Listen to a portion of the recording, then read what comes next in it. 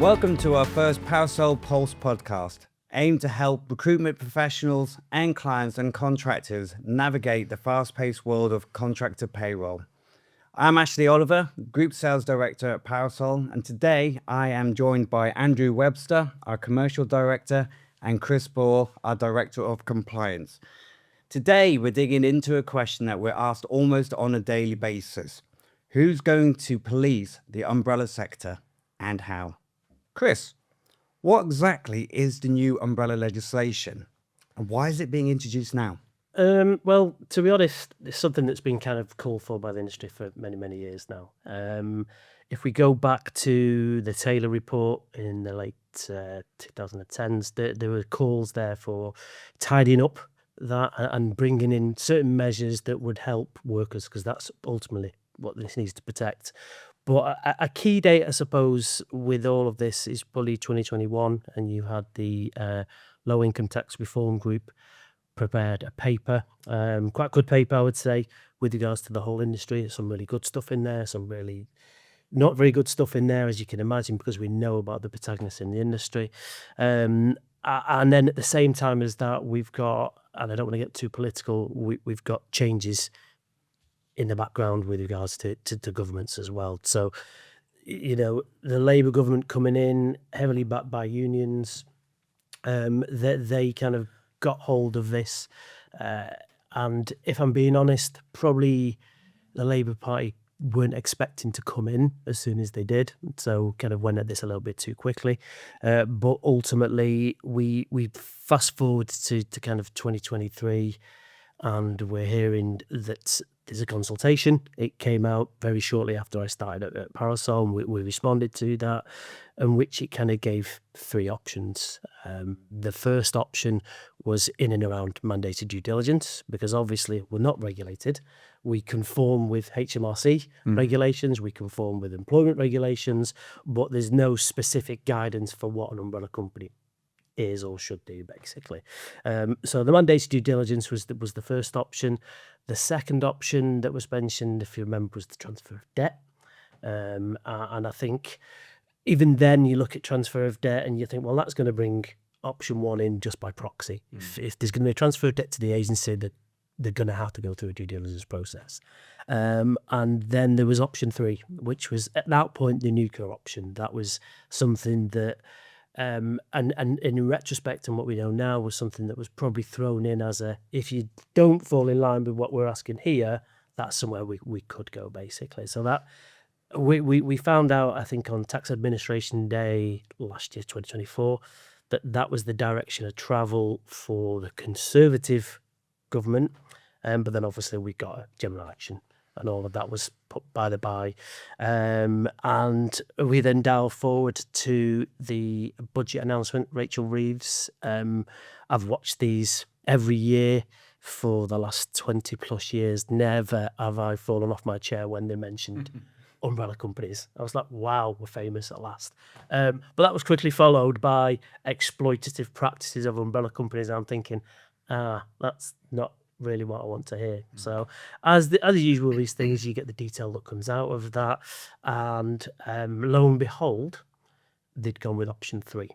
But option three was a version of option three, and immediately everyone's mind starts ticking over what does that mean effectively, because they talked about deemed employment, they talked about the agency being responsible for the accounting or the collection of the income tax and national insurance, and it's like, well, that doesn't necessarily work.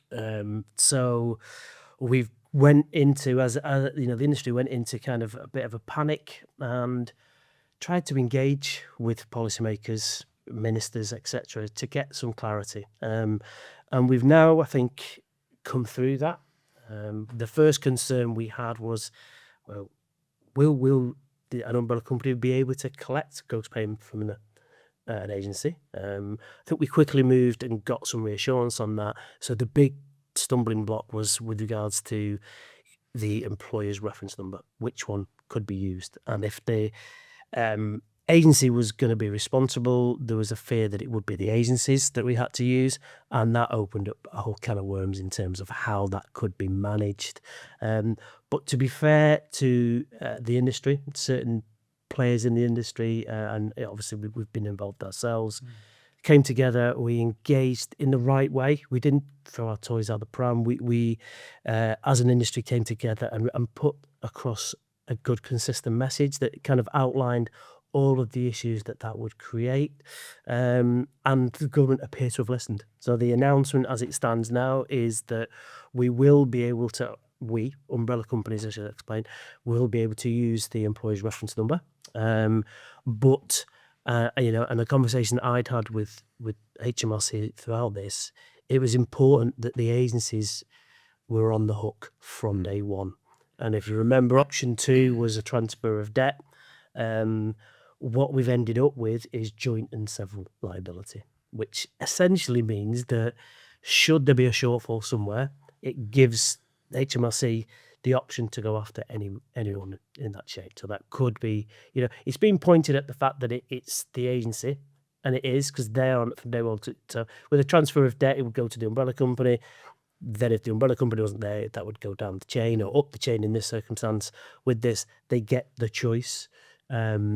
And agencies ultimately have to understand that that's the risk, and that's why they need to take steps and measures to ensure that they're protected. And that's obviously what we're going to discuss today as well, basically. Well, we know there's an estimated 700,000 contractors being paid and employed through umbrella providers.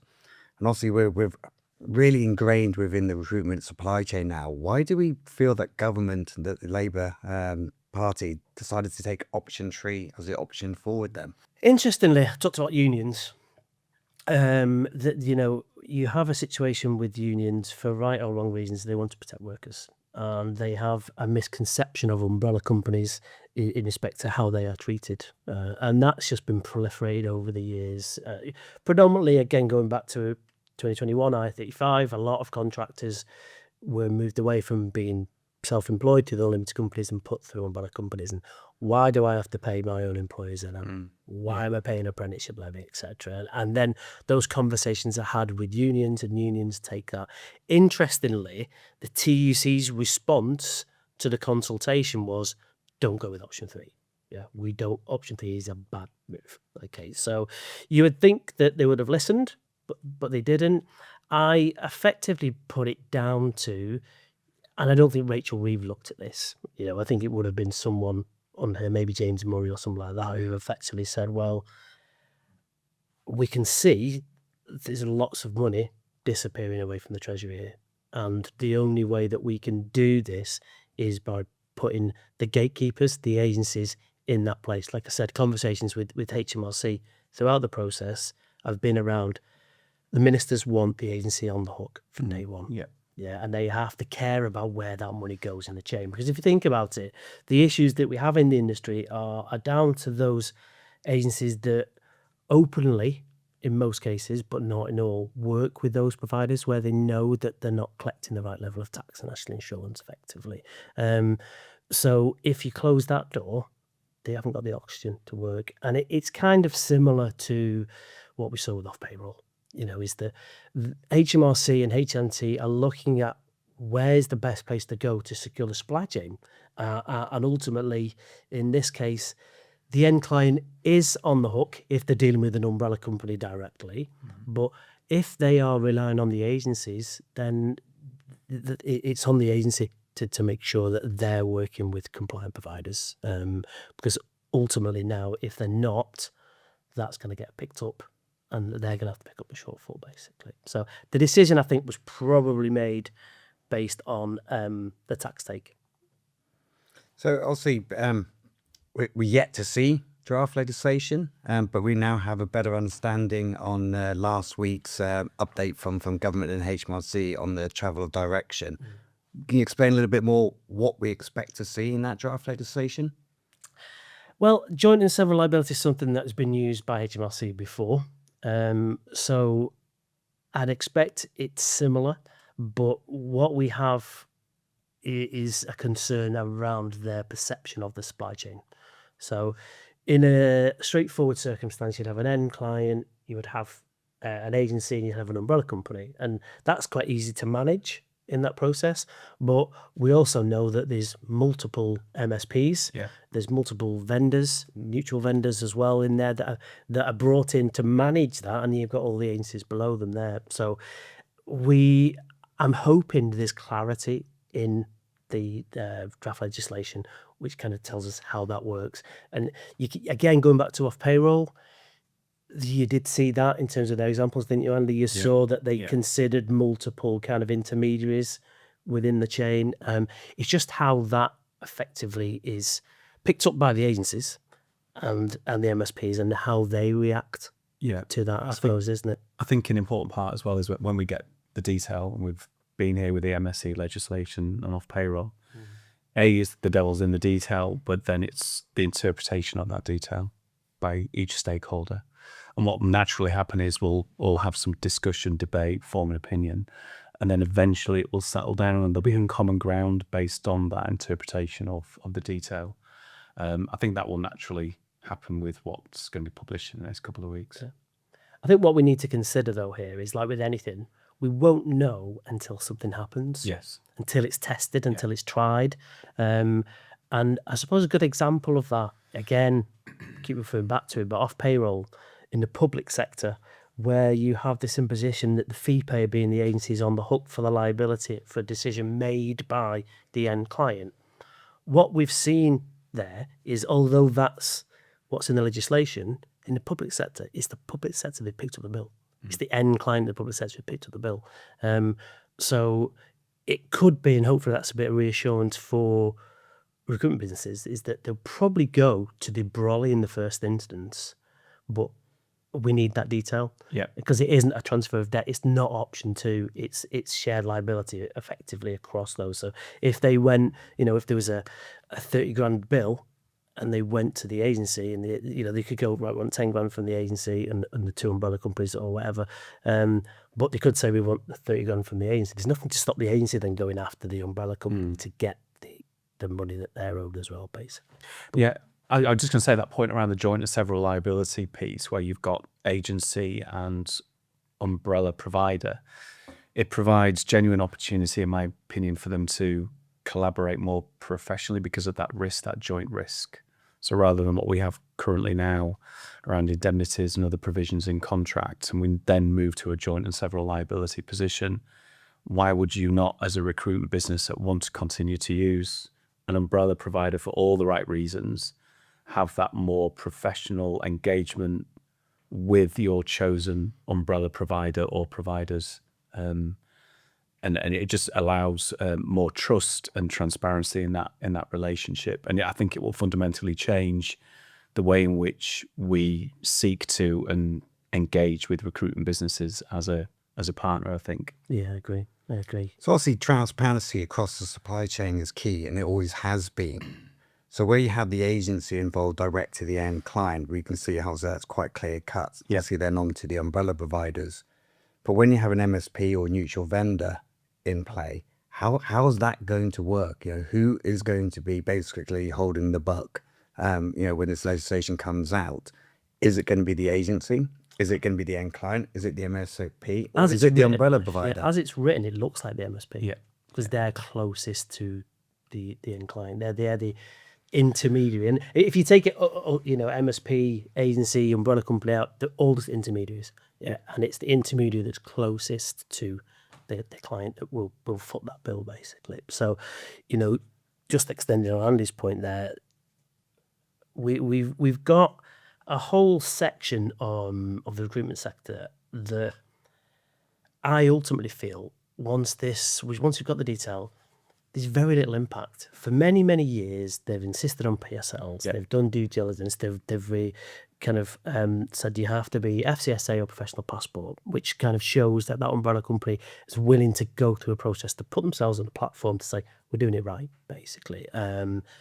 What we're likely to see is just an extension of that due diligence process. And go back to those options before, option 3, it's not as it was written, but it is actually just a mix of all three of those options as it stands, because ultimately you're going to have to do due diligence. Okay, there's not a transfer of debt, but there is the threat of having to pick up that bill from day one.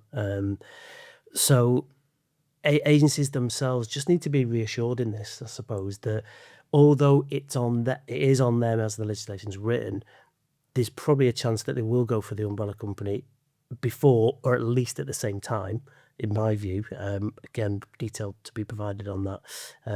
So the agencies have to continue to work with those trusted providers that they are now, I suppose, but then perhaps dig a little bit deeper. I suppose your view on that, Andy. Yeah, I think it is an extension of current due diligence process, because over the years, having been in industry 21 years now, and we had the beginnings of due diligence and what does that look like and what questions are contained and is there audit and other parts like that. And then over the years, there's more of a common, I'll call it template for due diligence, where you just know what questions you're going to get asked, whether that's around financial risk, employment status and VAT and everything else.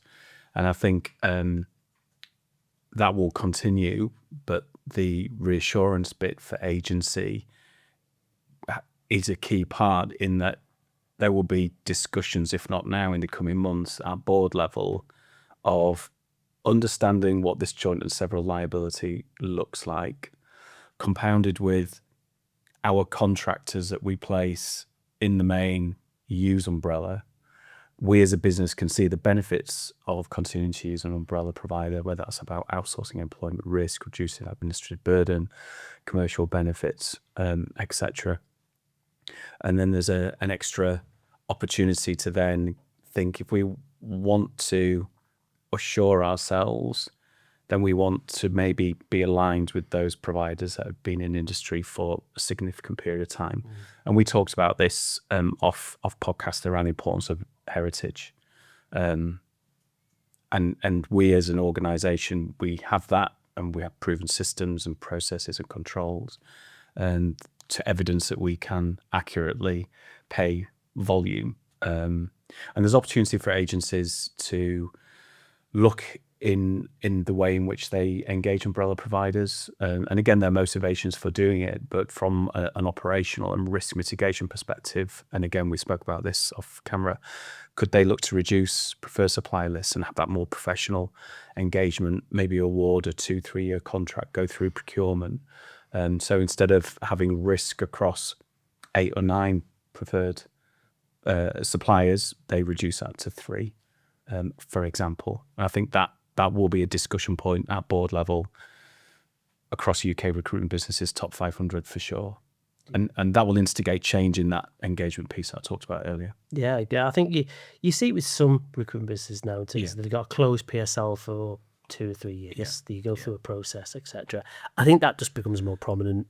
Is you make your choice, you stay with that provider for that period, and then it comes around. And it very much kind of mirrors what agencies go through with their clients. Is that they bid, they tender for that work for a defined period. They have to do a job in that period. They have to provide services. They have to provide reassurances. And then it comes up. And I think that's probably where it goes to, as opposed to piecemeal having to apply. It'll be, these are the dates throughout the year.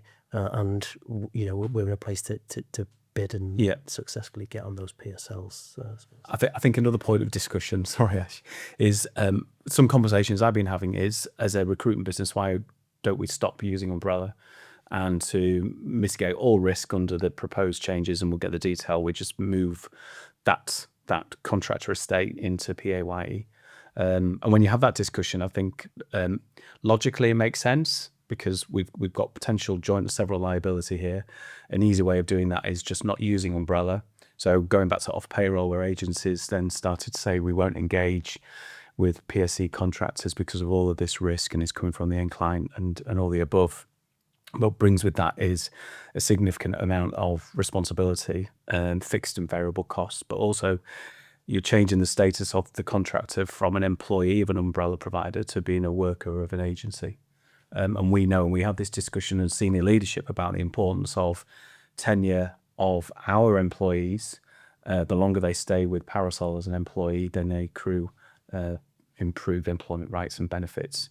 And I think we'll hear a lot more of that discussion, because I think the recruitment businesses, especially top 500, will seek some form of thought leadership, advice, guidance, thinking, sanity check on what they should do, what they can do. And I think there will be a commonality of approach, I think. Yeah, it's a good point. And if you think about, I talked about the industry coming together to speak with HMRC and HMRC to say why this is a bad thing. It's all the same reasons why agencies probably would not bring it back in house, because there's a whole list there, but 2p for one. Those people are going to have to be transferred back into it. And we've got a Labour government backed by unions talking about employment rights bills that we're going to go into, and you're almost saying, well, we're going to take away all of that. You're not going to be able to pay into pensions, etc., because we're just going to bring it in-house. So the very reasons that the industry came together to say to HMRC, that's what an agency should be looking at and going, no, actually, that's right, and we need to. These are the guys, the companies that look after these, and do we want, again, thinking ahead for ERB, do we want that responsibility? They got to planning for that. And I'd probably argue that as a recruitment business is probably more concerned about ERB than the umbrella regs. I think they would eventually, we've landed pretty much in the same arena as where we were before once it's confirmed. And the next stage of that is ERB, and what does that mean to end clients? What does that mean to agencies, and how can umbrella companies support from that basic? Well, also, as we know, the travel direction is now a version of option 3, with joint and sovereign liability being the kind of the wraparound of how this is going to work. And also within the consultation, and we've also already referenced it today, the importance of due diligence, the importance of agencies and MSPs and potentially end clients where there's no agency involved in the supply chain about doing their due diligence. But what does due diligence actually look like? What should an agency or an MSP doing when doing their due diligence? What should they be looking at? What should they be looking into? And how do they go about doing it? Well, it's a broad question, to be honest. And you'd have, from my experience of this, you would have some agencies that will send a 1-page document. Yeah. And you'll have some agencies that will send you a 36-page document. Some of those could be online. Some of those could be asking questions specific about directors, about finances. They want to understand and learn that your tax and national insurance has all been paid for on a regular basis. They want to understand the director of the business. Where have they been? What have they done in the past, effectively? They drill down into processes. They look at, contracts of employment. They look at pay slips to make sure they all add up. So it's slightly different for each agency. I think what this does, and HMRC have already started to do this, that they're providing guidance about what a good umbrella company should look like. Yeah, and we've seen these releases that have come out, and I think they're brilliant. Yeah, because they allow an agency, a smaller agency that doesn't have the resource of having a full compliance team, etc. It allows them to get a really good handle on what they should be asking. Yeah. What I suspect we will see going forward being proliferated more is what we already have, is the likes of FCSA's due diligence hub, which we're on. So that is effectively, we go through an FCSA assessment on a yearly basis, which is obviously then checked and reviewed by an independent auditor. That assessment covers all of those points effectively. But all of that information now is contained within the FCSA due diligence hub, and it relays to the code. So for years in those checklists, they would say, send us a copy of the FCSA, most recent FCSA report. And I would say, I could do, but all it says is yes, no, or NA to questions. You need to understand the detail behind that, which is somewhere else. Which is why the FCSA due diligence hub is fantastic in having that as a resource. And anyone can request that information of us. They can either go through FCSA or through ourselves. And that is an open book, basically. That's got all of our contracts, all our insurance documents, all of our processes, what we do with regards to AWR, etc. So I think that there will be a move for more people using that. There's obviously the likes of SafeRec. So we've got agencies that come in and they want to go through our payslips as well. And we've got them on the screen and say, can I see John Smith's payslip? And you go through and you take it out. And someone's having to go through that line by line. But we've now got the likes of SafeRec as an example that do that on an automated basis. I mean, if I'm being honest, I'm not sure how many of the payslips over the years are actually looked at, because you submit them, you never hear anything back. So that's either a good thing or they've not taken the time, or it looks okay. But it's not just about the payslip, because I could knock up a payslip in 5 minutes and send that to an agency, and then they've got, as long as the amount of money matches that they paid us, they're not really going to know in that respect. That's why there needs to be, to drill down into that. So that part of the market, so the industry, it is now covered, I think, with the likes of SafeRec. And I think you've got two things. SafeRec also have a full-on report that supports that. So they're not just doing the payslip checks. They have an independent firm called WTT who come in and carry out a full assessment. Similar questions that are asked that FCSA would ask. And again, one of the things that they do is they go in to Government Gateway and they check that your tax and national insurance has been paid as well, basically. So it's kind of horses for courses at the moment, depending on size in terms of what they think they should be doing.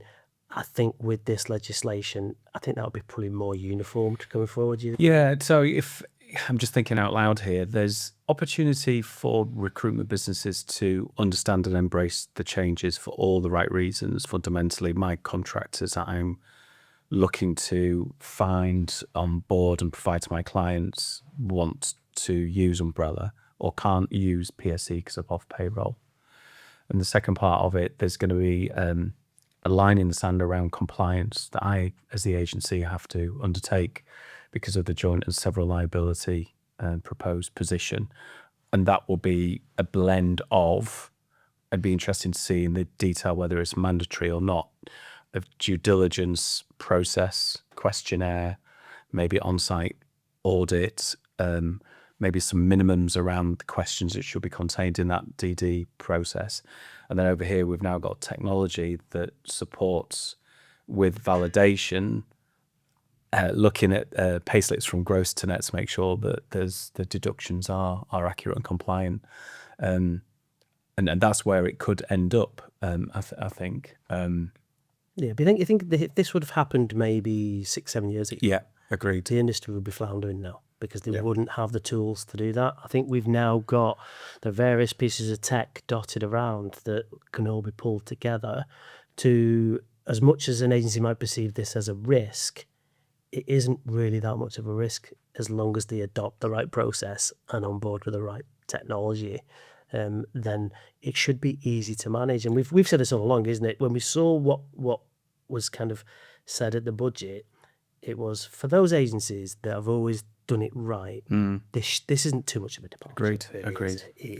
There's a bit more work to do, and probably more work for us to do to provide reassurance to facilitate that. But it's those agencies that haven't, that really need to start thinking about this and what they're going to do effectively.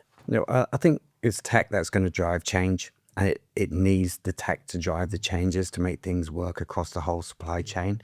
In years gone by, end clients haven't looked as deep into how and who's getting paid by whom down the supply chain. But now they've also got a much more vested interest in how that operates. You first saw that on the back of the off-payroll rules with end clients really coming together with agencies and the payroll sector umbrella providers and those that are providing accountancy so as to truly understand how it works. Yeah. Also, with these new umbrella regulations, as we're calling them, coming into play, there's going to be a much greater need for visibility across the whole supply chain, especially when you have MSP and mutual vendors in play. So going on to also, we've been talking about MSPs and recruitment agencies and what they need to do around due diligence. What do end clients have to do? What do end clients have to be aware of in how this is all going to impact them?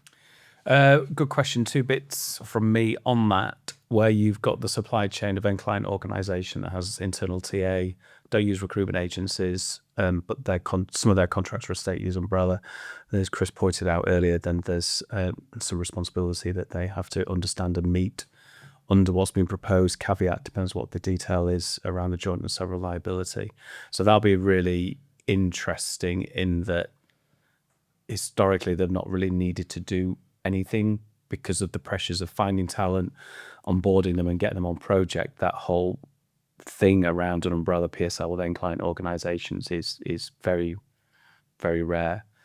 The other point, and Chris and I have spoken about this at length over recent months, about the broader labour supply chain compliance challenge. So we know that the Revenue published some years ago guidance on what a good labour supply chain looks like, the 10 principles of compliant labour supply chain, I think it was. And whilst within that document, the revenues, we're not saying it's mandatory for you to do this, it's just a minimum expectation that if you're using contingent labour within your business, whether it's through MSP, agency or direct, there's some minimums that we're looking for you to do. So we have those conversations with end client organisations, and they're very mindful of possible risk in their supply chain. And they are, in the main, having those conversations with agency to understand it. My last point is that I would say, through experience, end client organisations want to understand what an intermediary is and where it sits in the supply chain.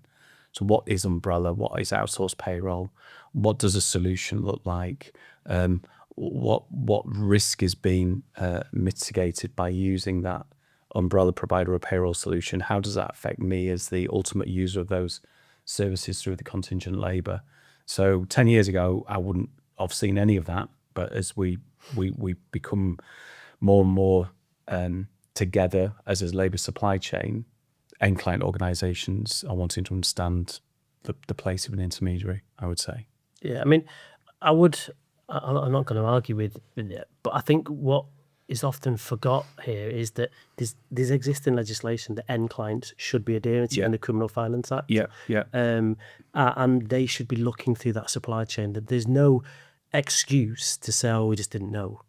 They have to have processes to look through that supply chain to understand it. But as you rightly pointed out, there's a pressure to get people on board. And, and we see that, don't we? Yeah. The pressure of finding those people and onboarding them. Well, you see that there's two parts to the industry, isn't there? There's the candidate-led, where the client really just wants them in and get them in and whatever, we're not really interested. And then there's where the agency has a bit more control over the intermediaries and umbrella companies that they use, basically. So there's this Criminal Finance Act that is largely ignored, and it's because it's toothless, because there's nothing really happened with it. And again, conversations with HMRC is that they've got this running list of people on there, but in their eyes, it's done what it was supposed to, because it's actually reduced the number of companies that they would normally be going after effectively. And of course, these things always end up, you don't necessarily hear in the press. There's negotiations, there's payoff deals, they get the tax back, and it's just goes under the radar, basically. So end clients, it's not that they are ignoring it, it's they just say, well, unless it's enforced, then we're not really going to do anything. Which kind of, if you think about what we've got with the proposals in the umbrella regulations, is that, again, there's no statutory excuse here. No. Yeah, they're on the hook. There's no excuse for working with providers. So ultimately, the agencies have to, and the clients where there's no umbrella company. Chris, as we know, there's a lot of legislation already wrapped around our industry. You already referenced the Criminal Finance Act, but it's a little bit toothless. I think that's one of the frustrations we've seen as a sector, especially those that operate compliantly, not just within the letter of the law, but the spirit of the law, is that our industry has been unregulated, and we want it to be regulated because all this legislation that's already there to protect workers and to protect the supply chain isn't being enforced. We look at the off-payroll laws. That was brought into play because basically IR35 disguised employees were operating as limited company contractors in the eyes of government incorrectly in HMRC. So you mentioned, obviously, within this new legislation, the umbrella regulations, as we're calling it, that there will be no statutory excuse. Yeah. So what does that actually mean? But more importantly, how's it going to be policed? So we're going to put new regulation in, new legislation in to make sure, see, contractors are paid and employed correctly and the correct levels of tax are paid to government. But what confidence do you have that this will be policed, and how are government intending to actually police it? There's a couple of different points there, I would say. I think just to hone back in on the no statutory excuse, that is the key thing here. You know, with lots of things that the government roll out, as an example, with regards to the right to work checks, as an example, if you've done a minimum amount, then you've got a statutory excuse. And if you haven't, basically, so you will be prosecuted. That's not been mentioned in terms of the direction of travel, and that's key for agencies, you know, is that they can't just say, oh, well, they told us this or they did this, etc. They have to make sure that that umbrella company they're working with can be trusted. And if you dial it back, and we talked about this before, the risk that the agency has is limited. It's not 10 times, well, it could be if they don't check, but it's from the point where they pay the money to the umbrella company to the point where the tax has been collected and paid over. So you're talking, you know, kind of a 6 weeks period, isn't it? I suppose. Correct, So the end of a payroll period would be usually the 6th of the month. The umbrella company pays anywhere around like the 20th or so of each month, doesn't it, basically? So it's only at that point that there's any risk. And then if that's paid and the umbrella company can evidence that that's been paid, risk gone for that period, move on to the next. So the onus is on the agency in this respect to make sure that they're checking that they've been paid. So they're checking the pay slips via SafeLec, as an example, and they're checking that that's been paid, basically. That's an important point, though, isn't it, really? Because in previous legislation, whether it be MSC, TNS, off payroll, when people talk about liability and risk, it's that accumulation over a period of time. But this, when you get into that, the practicality of it based on that payroll cycle to the Crown, it's absolutely right, and it's an important part that we should talk to agency and end clients about to understand it. Definitely, and I think there will be this concern, and I've seen something already, you know, from certain commentators in the industry, although this, you know, you could be faced with millions worth of pounds of liability. Not if you're checking it. I mean, HMRC are not going to do that job for you. Let's face it, okay? That is their MO. We're going to introduce this legislation and it's on you guys to do it. They have a propensity to let things play out. Yes. As we all know, and let liabilities build up, because like us, it's a return on investment. Why go after someone if they've just got a couple of months worth of outstanding liability? Let's stack that up, and then I can go in and say, look what I've done, look what I've collected, basically. And that's kind of a generalization. But if an agency has employed a process where they are checking and ensuring, and bear in mind, they'll know what they've paid to the agency. They were submitting or they should be submitting the intermediate report to HMRC to say that they've paid it over to the other intermediate, i.e. the umbrella company. So they just need to make sure they get that reassurance that tax and NI has been paid, and that chapter's closed. It's just that they can't just leave the book half read, so to speak. They have to finish the book each year, tie that over, and then off they go onto the next one. And that's why it's really important that they're doing the due diligence, that they're working with trusted people who understand the legislation and can provide them with that monthly kind of reassurance. Yeah, we've spoken, haven't we, as a team around the ability, due to our heritage and scale, to pivot. So when we get the detail, and we understand it, we'll be able to pivot what we do, whether that's around process, whether that's around technology, to assure our current agency customers that you can continue to use Parasol for all the right reasons. We could even support you as part of that process of reducing your PSL for all the right reasons. And we can go through that process. And just listening to Chris there, the other positive from this is that the Treasury is going to increase their tax receipts. If we're all operating compliantly, there's less of us, but the volume of contractors in the main is still there, then what they're hoping, one of the intentions, it's going to work, I think. That's an interesting point. Sorry, to cut off you there, but that's an interesting point in terms of why I think they were listening. Because if you think about what could have happened if we had to use the agencies, you know, or the agency had to do the payroll, so to speak, is that you've effectively got, you know, numbers range from 4 to 6 to 700 umbrella companies, let's say. But you've got those as the biggest, one of the biggest collectors of tax and NI. And then what was effectively being proposed was we're going to spread that out to maybe 25, 30,000 agencies. And that makes it harder for HMRC to ensure compliance and collect what they should collect, basically. So the other thing, and again, this is probably a bit off topic, but they would have had to have looked at that collection, and as well as like apprenticeship levy, things like that, is that those things, if it's a smaller payroll company, agency, I should say, that less than 3 million, they won't be collecting that, and a lot of that apprenticeship doesn't get used. It goes into their coffers, basically. I'm not going to say it pays for the Christmas party, but ultimately that's become something they've probably relied on.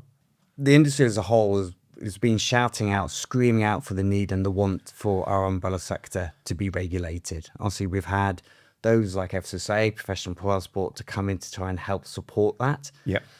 But I think it's also really important to note that, we talk about 500 and 600 umbrella providers operating out in the UK marketplace at the moment, supporting circa 700,000 contractors.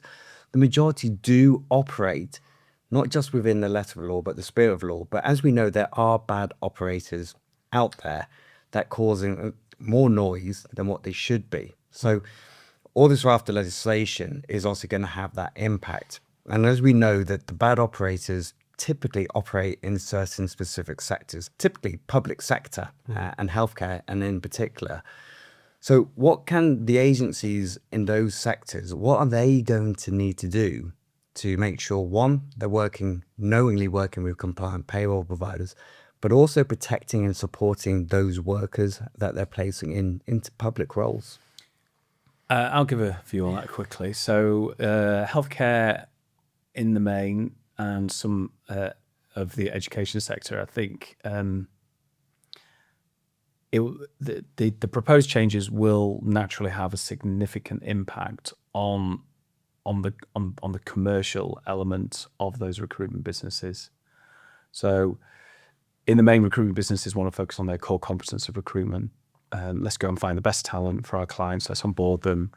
Let's payroll them. Let's make sure that we achieve the agreed margins that we have done with the end client and everything's fine. However, within all of that, within those sectors, from my experience, you've got the pressure of the candidate saying, I want to operate as tax efficiently as possible because Bob over there is doing it through XY Limited Company.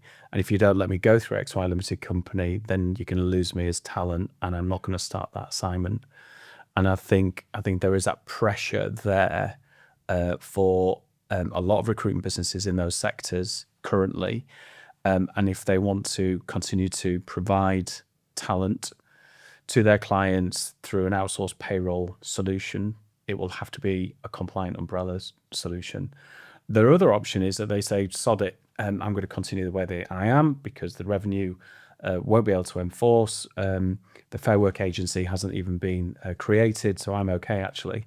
But where Chris was talking earlier about this month-on-month liability, that would have racked up over a period of time if that was a position that they took. It'll go back from the 6th of April 26. I think what's really interesting on that, having operated within the sector now for a number of years, since obviously we had the off-pay rules come in, we've seen a proliferation of basically tax avoidance schemes operating and bad operators operating in that healthcare sector. And it's almost like the industry split into two in some of those sectors. You've got those agencies that will mandate a very strict PSL, FSSA, Safe Record, etc. Yeah. And we also know there are those agencies that operate knowingly or unknowingly in the world of kind of tax avoidance because they feel like they're forced to because of the contractor power, basically. Yeah. Now this legislation, when it comes in, will play a massive advantage to those agencies that are already doing it correctly because they're already mandated and they manage their supply chain of umbrella providers by doing due diligence. So there's going to be challenges within the healthcare sector in terms of how we're going to move these workers into the new world of making sure you're working through a compliant umbrella provider. How do we see the fallout potentially happening? Do we expect contractors to turn around and go, no? Do they have a choice? I think you'd say, and you you did this and you did this at the time. It was like with I-35, is there going to be increased rates. Yes, correct. Yeah. And they'll say, no, that's not going to happen. We won't pay it. But because it's candidate led, then that's effectively what will happen. I mean, the issue in the healthcare and the public sector has been around since 2017, as we know. And personally, I've spoken to contractors, no names will be mentioned for the purpose of the podcast, where they have knowingly gone into these arrangements because they've called you up, you've advised them, you've explained that, working through a compliant umbrella company means 59, 60, 61% of what we're going to get in from the agency. And they've said, thank you very much, I'll go and find somewhere else. You never hear from them again, and they've signed up, basically. But we mentioned it before, they have the power. Yeah, and the NHS or whoever wants those people in for the right reasons. Someone's not turning up tomorrow, we need to fill that spot effectively. So I don't know how they manage that other than increasing the costs, I suppose, because they still have that need and that requirement. Yes, you can educate. Yes, you can try and get to the table with the agency, to the end client, and explain this. But I think that's something that HMT and HMRC need to really consider. We'll probably see next year, after these changes come in, if they're implemented correctly, that there will be another crisis in the NHS. We can't get staff because of they're not turning up for shifts, etc. That might be a bit kind of blowing it up, but that's where it could potentially go, isn't it? Yeah, I'd agree. I'd also want to say that there are a significant amount of recruitment businesses in education, healthcare, and construction that are doing it right. Yeah, and we know that, and those organisations and senior leadership in those organisations made some difficult decisions some years ago to say, actually, we want to do it right, and we want to do it right for all the right reasons, in anticipation of some form of regulation or of umbrella. And for a period of time, you could argue that they were at a competitive disadvantage around rates and margin and profitability and all the above. But is this group, this cohort down here that will, well, they don't have to, do they? But it would be prudent for them to think about what is it they want to do going forward if they want to continue to provide candidates on an umbrella basis. And as Chris said, all we can do is we can share what we know, what we understand, the interpretation of it, both from a compliance perspective, but the commerciality of it. So what does this mean to your business? And when we do that, they're in a position to either listen to us and agree, or listen to us and say, thanks, but no thanks, which is absolutely fine. But it's good news for those agencies that you talk about, isn't it? It gives them that leverage of when that can, we've all had experience of this where the candidate has said, no, I'm staying, and the recruiter says, okay, that's fine. But they're not comfortable with that. It's just that they haven't got anywhere to go, basically. This gives them that little bit more of a leverage that they're going to get C-suite exec. Might not be as kind of corporate as that in some of the agencies that we're probably kind of thinking of, I suppose, but they've got to be mindful of they are going to be unlocked. Yeah. And that changes that mindset a little bit to say, okay, no. And what tends to happen is that the contractor, if the agency isn't playing ball, they'll go to the client. And which is why I'm saying it's really important that we get to the table with the recruitment businesses to explain this to the client. And that's where we need to have to rely on the pre-existing legislation as well. As you know that there's a risk here from criminal finance. There's also another 4 policies that the government are looking at the moment in and around promoting and enabling tax avoidance. Yes, that it seems that there's a bit of a pincer movement. It's not just the umbrella world. They're coming at it from all angles. Within the ERB, the definition of an umbrella company that's coming down the line, and that will effectively put us on the same page as as well. I think that's a really important point, because we use the terminology umbrella and it's quite broad scope. And you have those bad operators, those are operating disguised remuneration, tax avoidance schemes. They class themselves as an umbrella provider. So when the outside world is looking in, everyone's badging your compliant payroll providers operating umbrella as it should be, and putting them in the same kind of batch of those that are operating a pure tax avoidance scheme, where they're not operating in any shape or form like an umbrella provider, but are under the guise of an umbrella provider. So I think sometimes our industry is negatively looked at because of those that are operating tax avoidance schemes, where, in everyone's mind's eye that operates it Yeah. correctly, we don't see them as umbrella providers, but they use that as a badge, as a way to get into agencies or to prey on contractors and go, we are a legit umbrella provider, and therefore we can give you this kind of take-home pay, but we know that's not the case. Yeah, and I think that's why it's been really good to see from HMRC in the last couple of years of like I said before, the guidance on what a good umbrella company looks like, because they are effectively saying, without defining umbrella companies yet, they're saying this is what a genuine provider would be doing, and if they're not doing these, there's a little button report. You might be in a tax avoidance scheme. There was one at the end of last week that they came out in terms of they're learning about what happens, and we've talked about this, is they can get placed into what is perceived as a genuine umbrella company, but then all of a sudden they're getting a new contract with a different number, and the payslip's got a different page worm reference number on there. HMRC have learnt that now, and they're providing guidance with regards to if you're getting moved around to another umbrella company, this is a red flag. Yeah. So you need to be mindful of that. So I think HMRC are doing a really good job of trying to distinguish what a genuine umbrella company is. And I suppose my nervousness was with the regulations is that there was a real chance they could undo all of that by setting it free and letting the employment businesses pick that up, basically. Yeah. So, long may that continue. And it's on us, people like us, to work with HMRC to let them know of these signs so that they can get those out to the masses. So as we know, HMRC has some great guides now on their website in terms of what umbrella is meant to look like and how it operates. You can even check your pay slips to make sure the correct deductions are made, which is fantastic from a contractor's perspective. But there is still no legal definition of what umbrella is. And we're talking about umbrella regulation, and there has been discussions of whether umbrella will be actually a legal entity in terms of in law. Do you foresee that actually coming into play, or do you think government will keep it a little bit looser to give them a little bit more scope? I think it's on the radar. I've seen, and I couldn't quote you verbatim what they're currently thinking at the moment, and it is, it's very similar to an employment business, with the proposition of them actually paying the individual. We know from experience that a comma in the wrong place, or an apostrophe or something like that, when they define, can open up the floodgates to these kind of contrived models. So they need to be they need to be clear on that.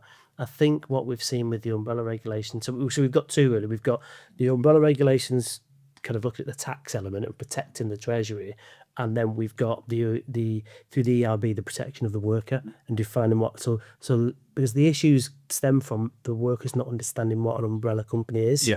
We talked before about why am I paying employees NI, etc. Whereas if you go to, and I have it in my bio on LinkedIn, is look here, and we will shortly be every illustration that we do at Parasol, they're going to get those links effectively so the individual can check what a good umbrella company is, what the payslip should look like, what's included there, basically. So ultimately, yes, I think it's going to come as part of ERB. I think we will then be defined like an employment business.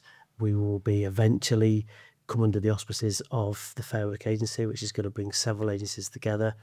The key element and the key concern is in and around the enforcement there, though. Yeah, which is why it's important that they've got the regulation in and around protection of the treasury, defining the worker. If that's enforced well, then that's brilliant. And then all these other little policies that are going around just to tighten that around the necks of these providers. Yeah, I think for me, it'd be good for us to talk about ERB and what impact it is likely to have on umbrella, but also agency using umbrella.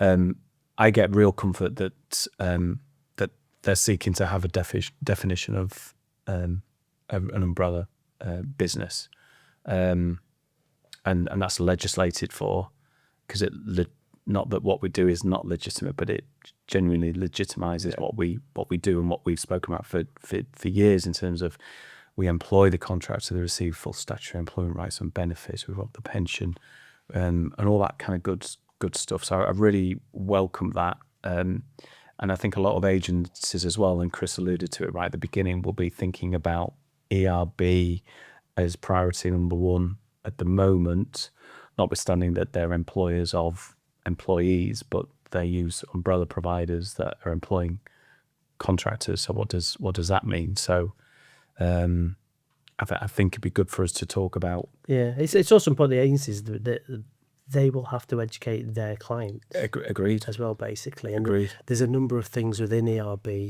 and there's 28 different things. We can't go through them all, basically, but there's certain ones that are quite pertinent for agencies that we probably should discuss. I think the first one is probably in and around 0 hours contracts. Guaranteed hours contracts, effectively, because I think that the recruitment industry themselves very quickly wanted to take themselves out of that, and there was a consultation which we responded to kind of say why they shouldn't, but it's now quite clear that the agencies will be part of that process effectively. So kind of what does that mean if you're an agency? Historically, you don't necessarily offer 37.5 hours. We, as an umbrella company, on the other side of it, offer a standard number of hours per year, 336. That's an example, because it's genuine employment. But the agency wouldn't necessarily be doing that, wouldn't it? So it's how they, I suppose, what's your thoughts on how they kind of try and tackle that issue? Yeah, I think it's a really, really good question. I'll tell you for why, because I'm seeing a shift in UK recruitment space of those that have, over the years, morphed in trying to be all things to all men, and now flipping back to, we just want to focus on our core competence of recruiters. We want to be good recruiters to our clients, and it's for all these reasons over here. And then there's the ERB changes, and it's understanding day one rights, 0 hour contracts, notwithstanding the other 26 points. How does that affect my contractor base, where I've got contractors as PAYE as a worker, where I've got contractors that are using umbrellas, and even me saying that, my head is hurting. So I can only imagine someone in compliance or legal going, oh my gosh, we've made this decision at board level to be really good at what we do, and I've now got to deal with this. And I see opportunity for them to have more conversation with those businesses such as Parasol around what is your understanding of the main two here, which we're talking about today, day one rights and 0 hour contracts. Let's understand the other 26, and just understand their motivations around not only understanding what's coming, but how is it going to affect me running my business on a day-to-day basis. So is this going to mean, for example, that compliance team over there has got to grow? Do I have to introduce new processes or even technology to make sure that I'm meeting these standard requirements under ERB? And again, even just saying that, my head is hurting slightly. And I think there is, again, the opportunity for those recruitment businesses to partner with genuine outsourced umbrella providers, as we said earlier in the podcast, looking to reduce it. So by reducing it, as well as the benefit of tackling that joint and several liability bit, but they get comfort and assurance around the obligations under ERB, is confined to maybe 3-4 umbrella providers, I'd say, at this stage. Yeah, I'd agree. I mean, just on the 0 hours, again, we don't know what the final detail will be on. No, agreed. Okay. And if we roll back to when this first came up, Labour government, union-backed, again, not trying to be too political, but Angela Rayner talking about banning 0 hours contracts. What they're proposing at the moment doesn't ban them. What it effectively does is give you a 12-week period. After that point, the end client has to offer out a contract based on the reference period, the number of hours, average number of hours, etc. So it's how they deal with that. That brings in other issues with regards to transfer fees.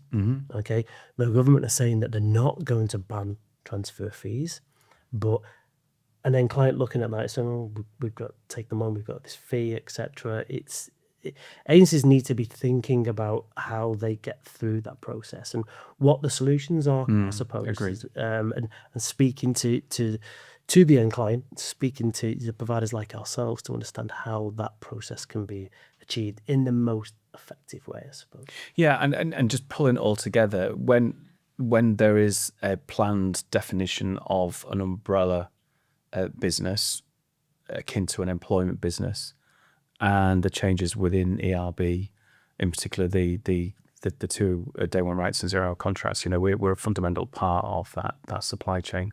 And by rights, we should be having those conversations, whether it's the recruitment businesses coming to us or us just driving that narrative in the market and looking to help those recruitment businesses to make sure that what they're considering to do is right and compliant. So we've spoken at length and in depth around umbrella regulations, but it's a lot more happening than just that at the moment. So as part of government's and Labour's manifesto was about making work pay. And this is where they're bringing in lots of different amendments when we're talking about the Employment Rights Bill. And that's clearly going to have an impact on the contingent workforce, both from an end client perspective, from agencies, MSPs, and also how contractors are ultimately engaged in pay. How do we foresee that happening and impacting when we're looking at things like 0 hour contracts?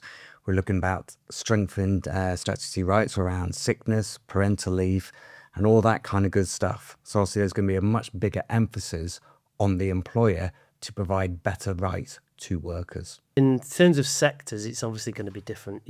You've got a subset of contractors that make an informed decision about how they want to work and they understand how that works, so probably doesn't impact them as much. But when you're looking at kind of CIS, construction, etc., that really needs to be considered as well, doesn't it, Andy? Yeah, it's specifically around the cancellation of shifts if the worker rocks up, thinks he's needed or she's needed and said, nope, sorry, not today, then you've got a disgruntled worker that you've actually followed a recruitment process to onboard them and get them on site, and notification of the shifts and who's going to be picking up the piece from that. Agency's got to pay them. Agency will look to get money off the end client. So whilst the intentions are right, I think the practicalities could have the adverse effect on that in that particular example. And I think communication. Yeah, I agree. Communication between all involved, including umbrella companies, is going to be essential. And I think, conversations in and around technology are something that we're looking at and something that we can help with. Yes. Basically, isn't it? So, definitely want to open a conversation with us.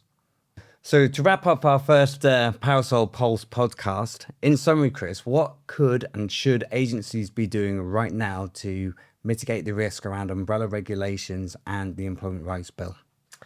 In a nutshell, for those that have been doing it correctly, continue to do that. Talk to people like ourselves to understand what the changes mean and how we can support them. For those that haven't, again, give us a call. We can help and support, basically. There's still a lot of detail to come out on this. These have just been our views today, but as the months go by, we'll learn more and we'll be in a place to kind of support and advise.